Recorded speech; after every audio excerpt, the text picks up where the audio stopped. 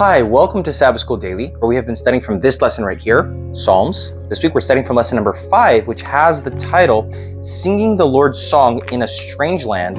And today is Tuesday's lesson, which has the title, Where is God?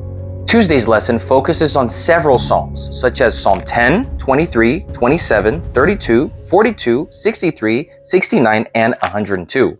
All of these deal with what is perhaps the most harrowing of Christian experiences, which is God's silence. Over and over, the psalmists describe these dark moments that they go through. Just look at these two examples found in Psalm 22 and 27. Psalm 22 verse 1 says, my God, why have you forsaken me? Why are you so far from helping me and from the words of my groaning?"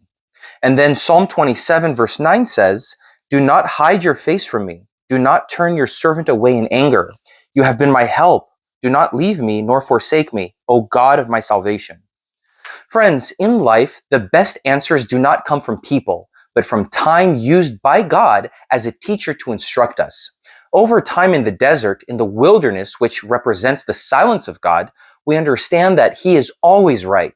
As Calvin would say, we will understand that it was our short-sightedness, our astigmatism that prevented us from seeing the greater picture. As a Bible teacher and a school chaplain for a few years, I learned that on the day of the exam, the test, the teacher remains silent.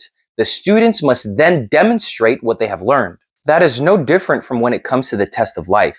The lesson here on Tuesday's lesson makes an extraordinary point when it says that it is remarkable that the psalmist resolved not to keep silent in the face of God's silence.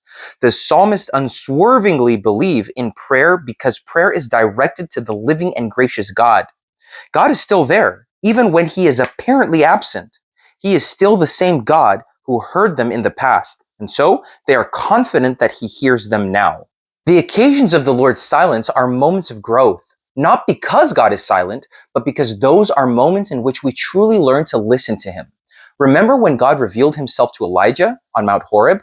This appears in 1 Kings 19, 11, and 12, and it says, "Then he said, go out and stand on the mountain before the Lord. And behold, the Lord passed by, and a great and strong wind tore into the mountain and broke the rocks in pieces before the Lord. But the Lord was not in the wind. And after the wind, an earthquake. But the Lord was not in the earthquake. And after the earthquake, a fire.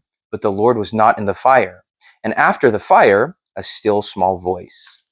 Oftentimes in life, the Lord is not found in the loud moments, in the moments of chaos, in the moments where so many things are happening. The Lord is found in the quiet moments, in the silent moments.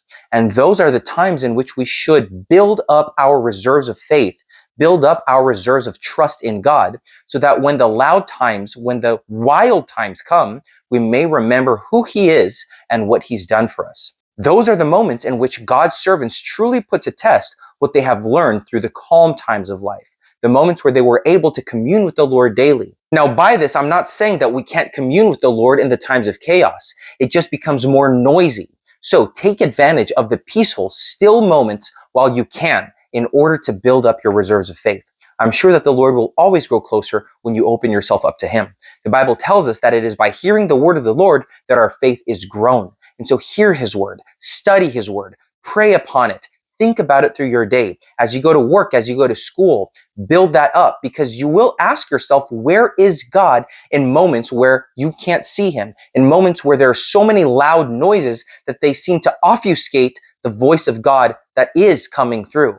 So for those moments, build up your reserves. Spend time with Him. Study your lesson. I'm sure that that will be a blessing to you. Look up the verses that I mentioned today. Look at the chapters that were mentioned in today's lesson and see how they relate to this topic. Also, comment down below. I love hearing from you. I love hearing your questions, your considerations, and please remember to like, to share, and to subscribe to our videos. We release one every day, and I hope to see you again here tomorrow for another Sabbath School Daily.